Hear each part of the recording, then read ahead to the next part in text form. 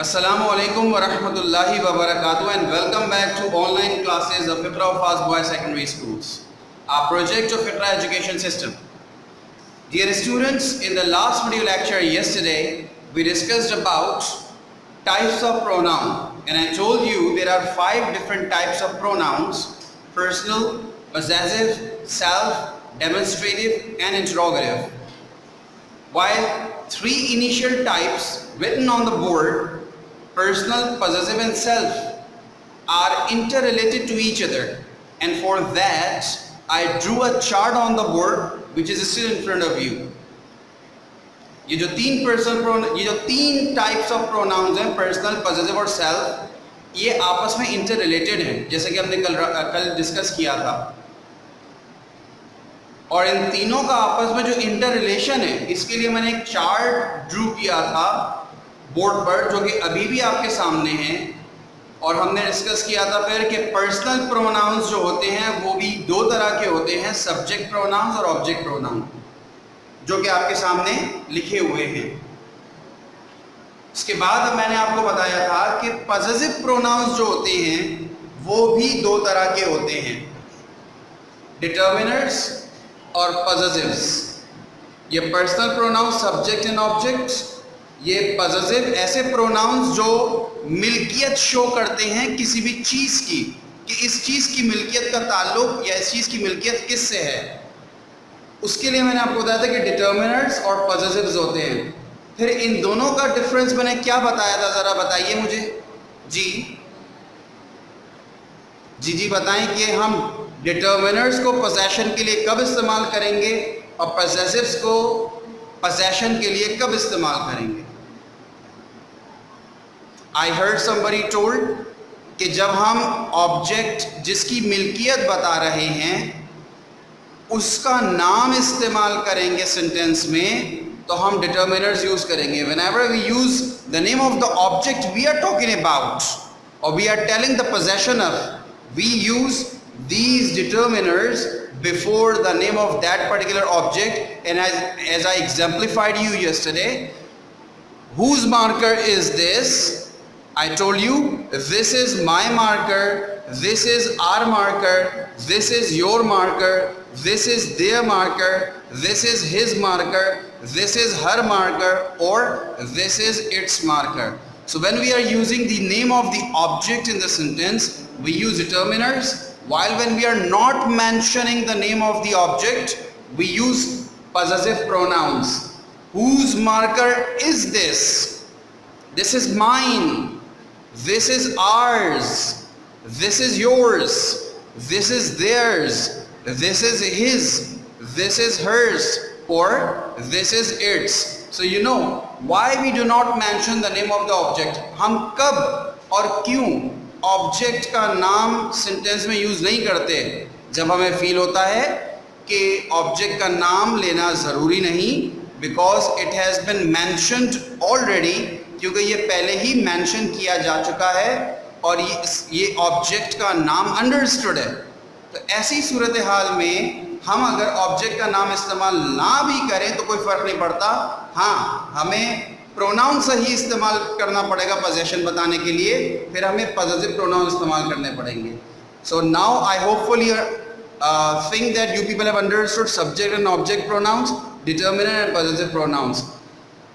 In the last video lecture, as I told you that we have 2 types of self pronouns or 2 categories of self pronouns, reflexive pronouns and emphatic pronouns. The shape of the pronouns is same. Myself can be reflexive, can be emphatic. Ourselves can be reflexive or emphatic. Yourself for singular and yourselves for plural will remain same whether as a reflexive pronoun or as an emphatic pronoun. Now I am going to tell you, when these self pronouns are reflexive and when these self pronouns are emphatic, and for that I will have to erase this chart from the board. I hope you people have drawn this chart in your grammar section of your copy, and this is safe over there. If you want to refer back to this chart, you can go to your copies. आपकी copies में आपने chart बना लिया होगा, ये chart वहाँ पर save हो गया है। अब मैं ये चार्ट इरेज कर देता हूँ ताकि मैं आपको रिफ्लेक्सिव प्रोनाउन और एम्फेटिक प्रोनाउन का डिफरेंस बता सकूँ। आप देख सकते हैं, आखिरी मर्तबा फिर बता रहा हूँ कि देख लीजिए, सेल्फ प्रोनाउंस की शक्ल यही रहती है, सिर्फ इनका जुमले में इस्तेमाल इसको रिफ्लेक्सिव या एम्फेटिक करता है। As you can see on the board, I have written the definition of reflexive pronoun along with some examples. Let's go through them. देखते हैं कि definition क्या है और उसमें examples जो दी गई हैं उसमें क्या इस्तेमाल reflexive pronoun का किया गया है। A self pronoun that comes at the object's position. This is very important to remember. Any self pronoun that comes at the object position in the sentence and reflects back to the subject. कोई भी self pronoun जो जुमले में object position पर इस्तेमाल हो और वो interrelated हो subject pronoun से। For example, she cut herself while cutting vegetables. उसने अपने आप को काट लिया, कट कर दिया जब वो vegetables काट रही थी। You can see here, she is the subject, cut is verb, and herself is at the object position, the object of the verb. In all these four examples, you can see self pronouns are used at the object position in the sentence. Example number 2, I hid myself, मैंने अपने आप को छुपा लिया, the past form of hide. Hide means छुपाना and the second form or the past form of hide is hid. I hid myself behind the tree. मैंने अपने आप को छुपा लिया दरख्त के पीछे. I subject, hid verb and myself object position. तो आप देख रहे हैं कि reflexive pronoun जो ऑब्जेक्ट पोजीशन पर आता है और इंटर रिलेटेड होता है सब्जेक्ट से, उसे हम उस सेल्फ प्रोनाउन को हम रिफ्लेक्सिव प्रोनाउन कहेंगे। Number 3, why are you beating yourself? Are और बीटिंग दोनों ही वर्ब हैं, WHY, वाई जो है वो इंट्रोगेटिव वर्ड है, यू यहाँ पे सब्जेक्ट, बीटिंग वर्ब और योरसेल्फ यहाँ पर ऑब्जेक्ट पोजीशन पर सेल्फ प्रोनाउन आया है। 4th example, the food is served, खाना तैयार है, खाना लग गया है, दस्तरखान पर लगा दिया गया है। लेट्स हेल्प योरसेल्व्स, चले भाई खुद अपने लिए खाना निकाल लें। तो help verb and yourselves object position. So now you know any self pronoun which comes at the object position and reflects back to the subject is called reflexive pronoun.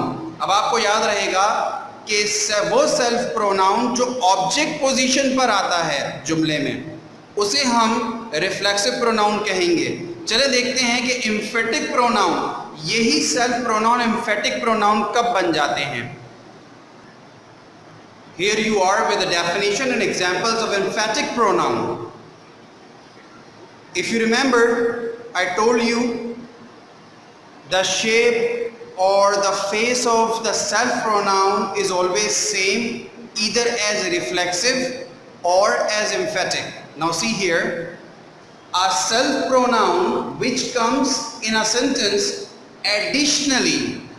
If you remember, अगर आपको याद हो तो हमने discuss किया था, अभी discuss किया था कि रिफ्लेक्सिव प्रोनाउन ऑब्जेक्ट पोजीशन पर आता है, जबकि एम्फेटिक प्रोनाउन कहाँ आता है? Self pronoun which comes in a sentence additionally besides object, object के अलावा एडिशनली इजाफी तौर पर आ रहा हो। तो हर वो सेल्फ प्रोनाउन जो जुमले में ऑब्जेक्ट के अलावा आ रहा हो, इजाफी तौर पर आ रहा हो, उसे हम एम्फेटिक प्रोनाउन कहते हैं। अगर कोई सेल्फ प्रोनाउन ऑब्जेक्ट पोजीशन पर है तो वो रिफ्लेक्सिव प्रोनाउन, और अगर ऑब्जेक्ट अलग से लगा हुआ है सेंटेंस में या नहीं भी है लेकिन सेल्फ प्रोनाउन ऑब्जेक्ट पोजीशन पर नहीं है, एडिशनल है, तो उसे हम क्या कहते हैं? Emphatic pronoun. And emphasises on the action, और ये क्या करता है एम्फेटिक प्रोनाउन? एक्शन पर जोर देता है, एम्फेसाइज करता है। लफ्ज एम्फेसाइज से एम्फेटिक निकला है। एम्फेसाइज वर्ब है, एम्फेटिक उसका एडजेक्टिव है। तो एम्फेटिक प्रोनाउन ऐसा प्रोनाउन जो एम्फेसाइज करता है। For example, she cut her finger herself. आप यहाँ देख सकते हैं, she subject, cut verb, her finger object. उसने अपनी उंगली काट ली। पहले क्या था सेंटेंस? शी कट हरसेल्फ, उसने अपने आप को काट लिया। पहले हरसेल्फ ऑब्जेक्ट पोजीशन पर था, लेकिन अब हरसेल्फ एडिशनल पोजीशन पर है, बिसाइड्स ऑब्जेक्ट, ऑब्जेक्ट के अलावा। ये रहा object, her finger. She cut her finger herself. Second example, I hid the treasure my self behind the tree. अगर आपको याद हो तो अभी मैंने एग्जाम्पल दी थी, I hid my self behind the tree. मैंने अपने आप को छुपा लिया दरख्त के पीछे। जबकि यहाँ सेंटेंस है, सब्जेक्ट है आई हिड, छुपा लिया वर्ब, द ट्रेजर ऑब्जेक्ट। ये माई सेल्फ जो है ये एडिशनल पोजीशन पर है, द ट्रेजर ऑब्जेक्ट पोजीशन पर है। तो एडिशनल पोजीशन पर है, तो ये सेल्फ प्रोनाउन क्या कहलाएगा? Emphatic pronoun. मैंने खजाना खुद छुपा दिया, या मैंने खजाना छुपा दिया खुद दरख्त के पीछे। अच्छा, आप ये देखिए नेक्स्ट एग्जाम्पल में मैंने कोई तब्दीली नहीं की है इन दो सेंटेंसेस में, सिर्फ माई सेल्फ की पोजीशन को चेंज कर दिया है। ये देखें, इसको मैंने यहाँ से उठाकर सब्जेक्ट के फ़ौरन बाद रख दिया है, जिसका मतलब ये हुआ कि यहाँ पर इस जुमले में, इन दोनों जुमलों में माई सेल्फ ऑब्जेक्ट नहीं है, ऑब्जेक्ट पोजीशन पर नहीं है। अगर ऑब्जेक्ट होता तो वर्ब के फ़ौरन बाद होता, लेकिन वर्ब के बाद तो ऑब्जेक्ट लगा हुआ है, द ट्रेजर।